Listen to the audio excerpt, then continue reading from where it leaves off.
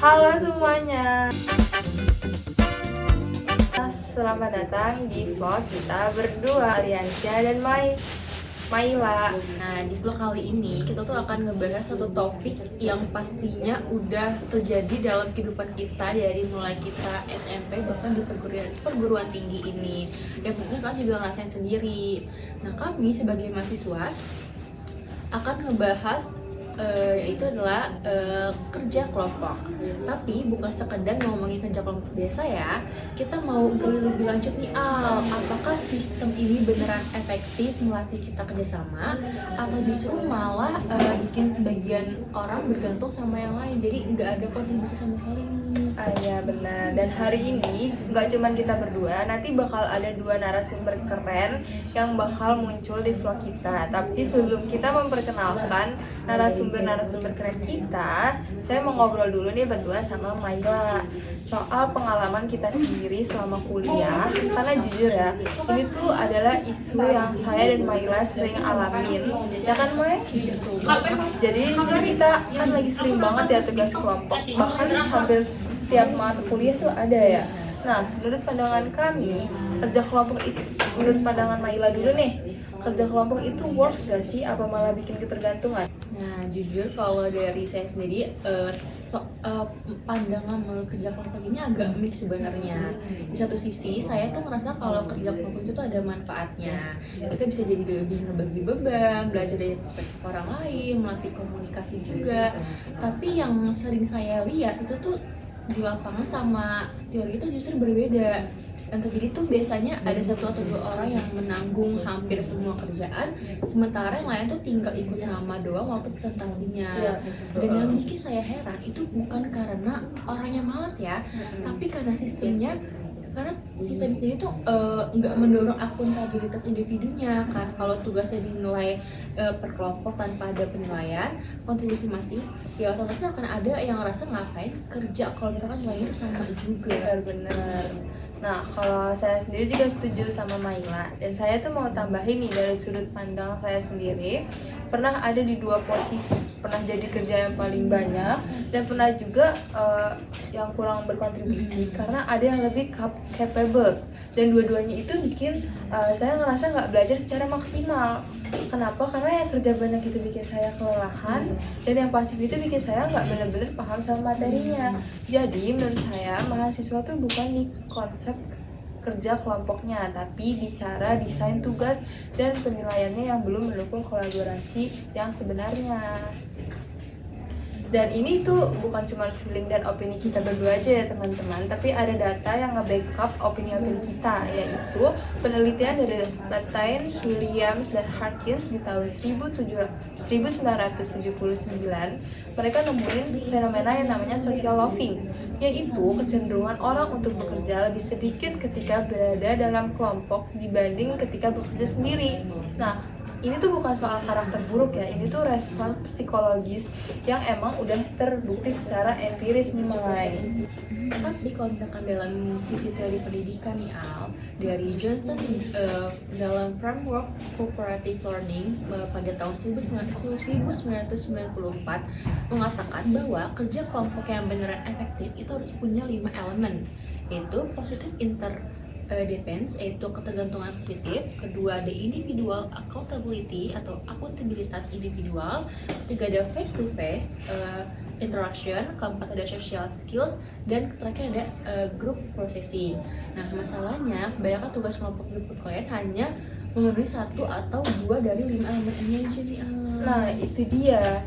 Tadi ada pengalaman dan data awal kita berdua, dan justru karena inilah kami pengen dengar perspektif yang lebih dalam dari para narasumber kami nanti yang punya sudut pandang lain dari soal isu yang kita sedang bicarakan ini guys.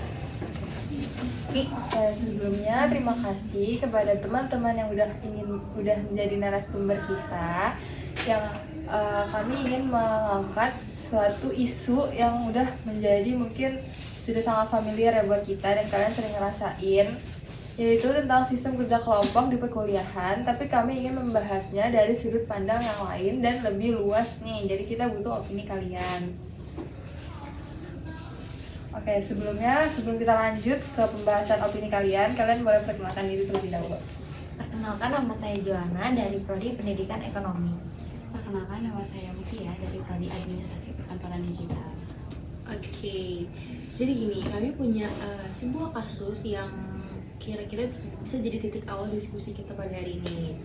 Ini kayak kalian bayangin aja ya, misalkan ada sebuah kelompok tugas beranggotaan 4 orang. Satu orang sebut aja si A, dia mengerjakan hampir 80% dari tugasnya, yaitu riset, nulis laporan, bikin slide PPT, sampai mengelola komunikasi antar anggota. Sementara 2 orang lainnya kontribusinya minimal, dan satunya lagi itu hampir tidak terlibat sama sekali. Tapi ketika presentasi, mereka tampil bersama dan mendapatkan nilai yang sama. Nah, kasus kayak gitu menurut kita sangat umum terjadi di mahasiswa kayak kita kan. Nah, pertanyaan kami adalah, apakah ini cerminan kegagalan dari desain sistem kelompoknya atau lebih ke faktor lain, yaitu faktor individu dan budaya mahasiswanya? Dan yang lebih besarnya lagi, apakah metode kelompok itu secara pedagogis memang tepat diterapkan di perguruan tinggi atau justru perlu dievaluasi ulang? Oke, langsung aja kita ke wawancaranya. Itu pertanyaan pertama dari saya. Sebelum kita masuk lebih dalam, kami ingin nih mendengar opini dari kalian berdua. Apa sebenarnya tujuan utama dari sistem kerja kelompok di perguruan tinggi, dan apakah menurut kalian tujuan itu sudah tercapai dalam praktiknya selama ini? Boleh diberikan jawabannya? Oke, menurut saya tujuan utamanya adalah membekali mahasiswa dengan soft skill krusial seperti komunikasi, kepemimpinan, negosiasi, dan kemampuan pemecahan masalah kolaboratif yang nantinya sangat dibutuhkan di dunia profesional. Namun, apakah sudah tercapai? Sayangnya di banyak kasus belum sepenuhnya optimal. Praktik di lapangan seringkali terjebak pada pembagian kerja yang pragmatis, di mana mahasiswa lebih fokus mengejar nilai kelompok daripada proses belajar itu sendiri. Akibatnya, tujuan pengembangan soft skill seringkali terdistraksi oleh dinamika kelompok yang tidak sehat, seperti kurangnya koordinasi atau ketimpangan kontribusi. Nah, kalau dari sudut pandang saya sendiri sebagai mahasiswa, idealnya kerja kelompok itu untuk meringankan beban belajar dan memperluas perspektif. Nah, kita bisa bertukar pikiran, saling melengkapi kekurangan. Misalnya, yang pintar analisis data dibantu oleh yang jago presentasi. Nah, dan belajar menurunkan ego-ego sektoral demi mencapai target nilai yang bagus bersama-sama. Tapi dalam praktiknya baru tercapai sekitar 50% sampai 60%. Nah, seringkali kerja kelompok di kelas berubah menjadi kerja individu dalam kelompok. Nilainya memang nilai kelompok, tetapi yang bekerja hanya 1 atau 2 orang, yang disebut fenomena free rider. Nah, mengapa? Karena metode asesmen dari dosen kadang kurang adil, hanya melihat produk akhir seperti makalah atau presentasi tanpa menilai proses dinamika kelompok atau kontribusi individu secara objektif. Jadi tujuannya itu sering terdistorsi menjadi sekedar formalitas pemenuhan tugas saja. Oke, tapi kalian pernah nggak sih mengamati secara langsung atau mengalami sendiri situasi di mana pembagian kerja kelompok itu tidak berjalan secara adil? Terus boleh diceritain pengalamannya apa? Oke, kalau dari saya sendiri itu pernah ya, bahkan dari beberapa tugas kelompok. Bentuk paling nyata adalah adanya silent rider, yang dimana anggota yang menghilang tanpa kabar sampai hari H pengumpulan tugas. Saya pernah berada di posisi dimana saya harus mengerjakan hampir seluruh mencari materi serta membuat PPT dan laporan sendirian karena anggota lain tidak bisa dihubungi atau selalu punya alasan sibuk. Dampaknya bagi saya, proses belajar saya ini justru jadi terganggu. Bukannya belajar berkolaborasi atau mendiskusikan materi, saya malah kelelahan karena harus menjadi manajer proyek dadakan yang memikul beban berlebih. Akhirnya saya tidak mendapatkan umpan balik atau ide baru dari teman yang seharusnya menjadi poin utama dari kerja kelompok itu sendiri. Nah, saya juga pernah mengalami situasi di mana pembagian kerja itu terlihat adil secara administratif, tetapi tidak adil secara intelektual.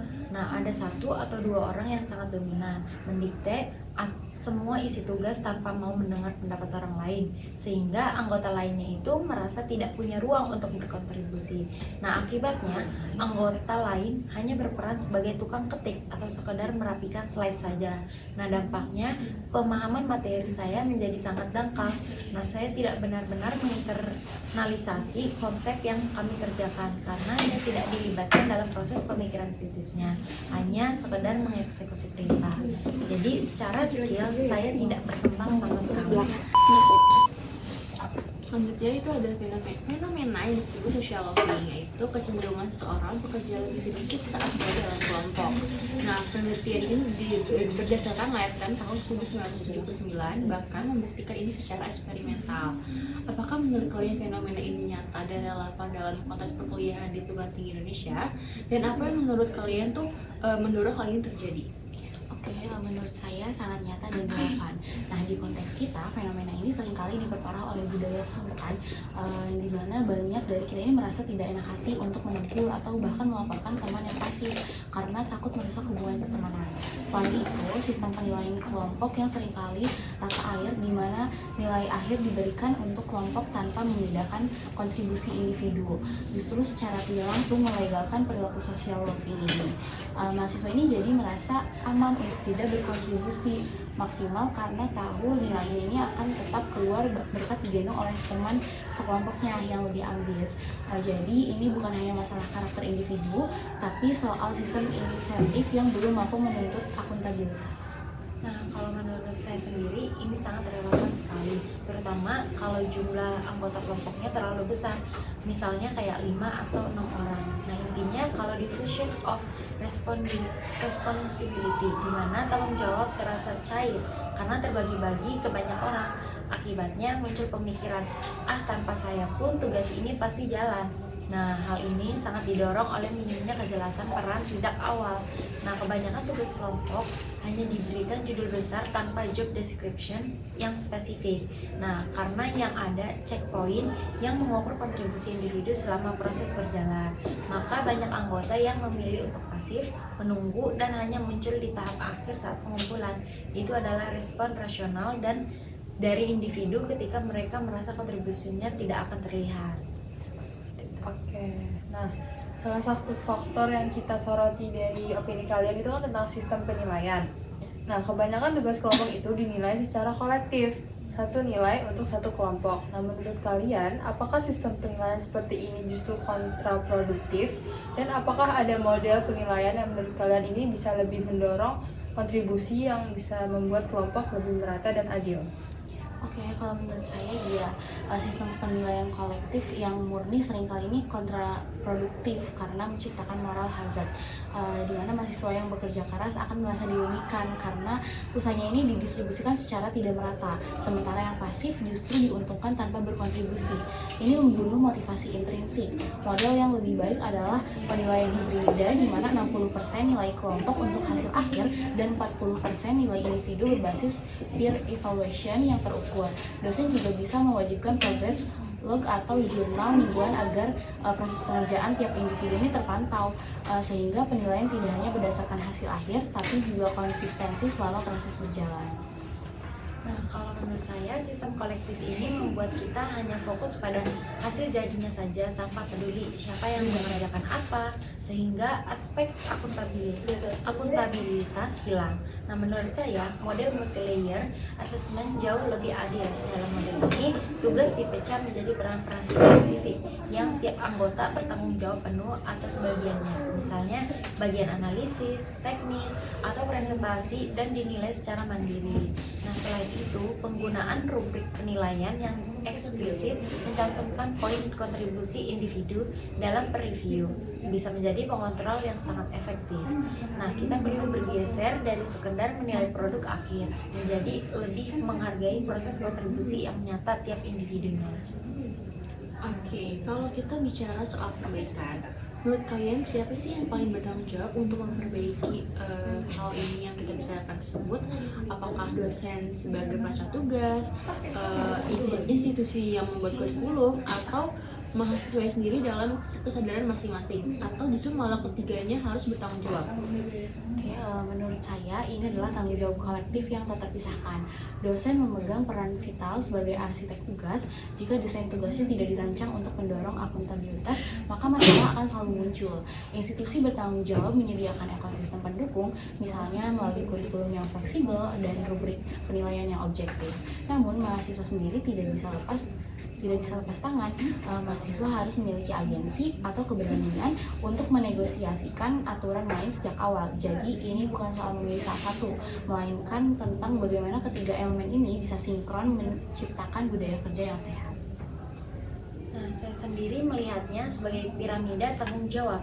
Nah, di puncak dosen dan institusi harus memfasilitasi sistem penilaian yang adil dan transparan sebagai infrastruktur dasarnya. Tapi di level operasional, mahasiswa adalah pemegang kendali utama dalam eksekusi. Seringkali masalah terjadi bukan karena dosen tidak memberikan instruksi, tapi karena mahasiswanya ini yang kurang proaktif mengelola dinamika kelompoknya sendiri. Nah, jadi kalau ditanya siapa yang paling bertanggung jawab, saya akan katakan mahasiswa lah yang paling bertanggung jawab untuk memastikan kesehatan dan keterlibatan di dalam kelompoknya sendiri. Sementara dosen dan institusi berfungsi sebagai penyedia sistem yang mendukungnya. Oke, ini pertanyaan terakhir dari kami dan yang paling mendasar nih. Menurut kalian, apakah sistem kerja kelompok itu masih relevan dan perlu dipertahankan sebagai metode utama di perkuliahan, atau sudah saatnya ada perubahan yang fundamental dalam cara kita mendesain pembelajaran berbasis tim? Kalau ditanya masih relevan atau tidak, jawaban saya masih sangat relevan dan wajib dipertahankan.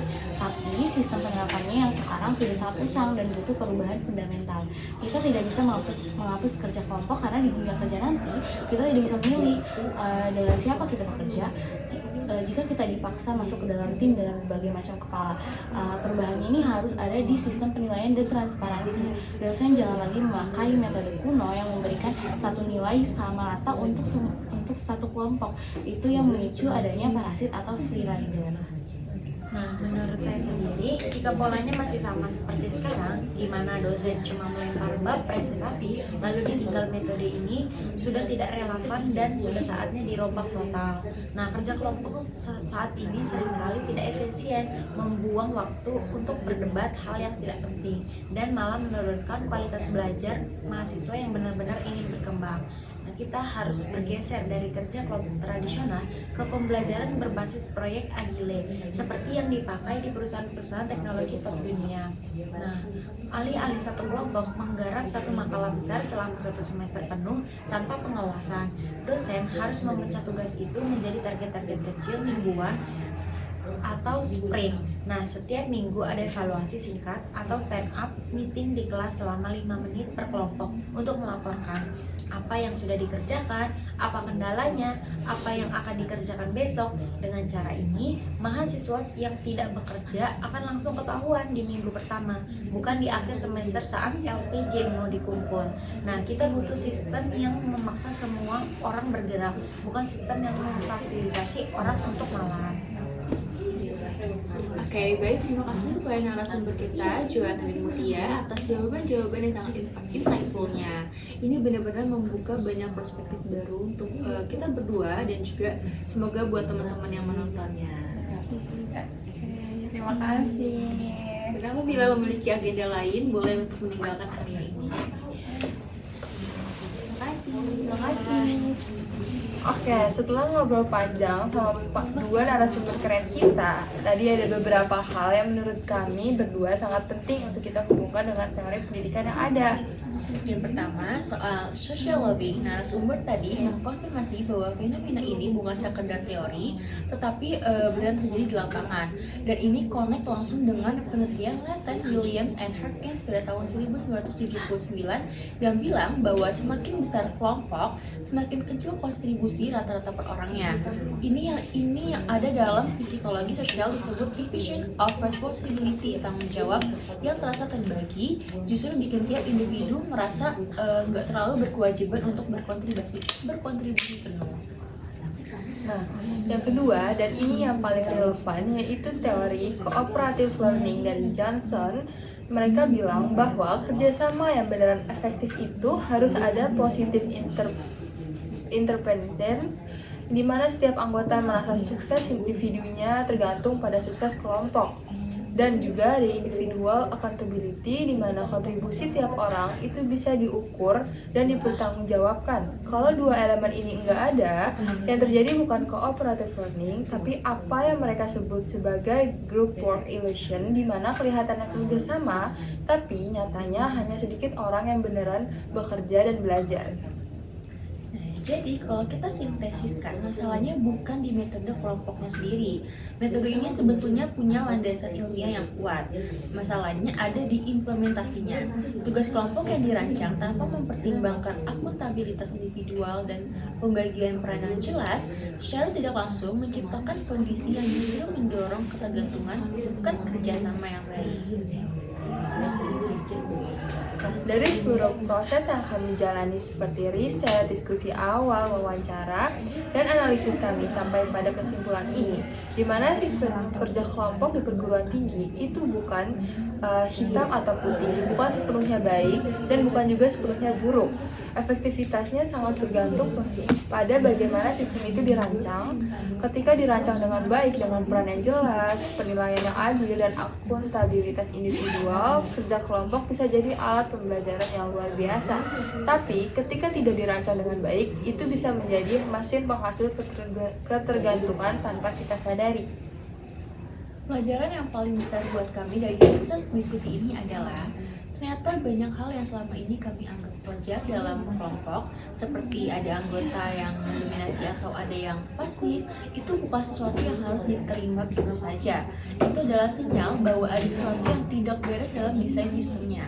Dan kami juga belajar bahwa sebagai mahasiswa, kami punya agensi untuk memperbaiki dinamika kelompok kami sendiri, mulai dari komunikasi yang terbuka sampai berani mendistribusikan tugas secara lebih eksplisit dan adil. Nah, ada 3 saran konkret yang ingin kami sampaikan kepada teman-teman, yaitu pertama untuk dosen dan institusi, pertimbangkan untuk menambahkan penilaian kontribusi individual dalam setiap tugas kelompok, misalnya lewat work assessment atau logbook kontribusi. Kedua, untuk mahasiswa, jangan tunda pembagian peran, sepakati di pertemuan pertama siapa dan mengerjakan apa, dan buat mekanisme check-in secara rutin. Dan yang ketiga, untuk sistem secara keseluruhan, perlu ada evaluasi berkala terhadap desain tugas kelompok untuk memastikan bahwa yang kita latih benar-benar adalah kerjasama yang jinen, bukan sekedar nama bersama di atas kertas. Karena pada akhirnya, kerjasama bukan sesuatu yang terjadi otomatis hanya karena kita berada dalam suatu kelompok. Kerjasama itu dibangun dengan desain yang tepat, komitmen yang nyata, dan keberanian untuk hidup satu sama lain. Oke, teman-teman, itu tadi vlog kami tentang sistem kerja kelompok di perkuliahan. Semoga diskusi dan segala obrolan kami ini bisa jadi bahan refleksi buat kita semua, baik sebagai mahasiswa yang sering terlibat dalam kerja kelompok, maupun sebagai calon pendidik yang suatu saat nanti akan merancang pembelajaran itu sendiri. Terima kasih untuk semuanya yang sudah nonton sampai akhir. Kalau kita punya pengalaman atau pendapat soal topik ini, tolong tulis di komentar ya. Kalau pengen mendengar pendapat dari kalian juga. Terima kasih dan sampai jumpa.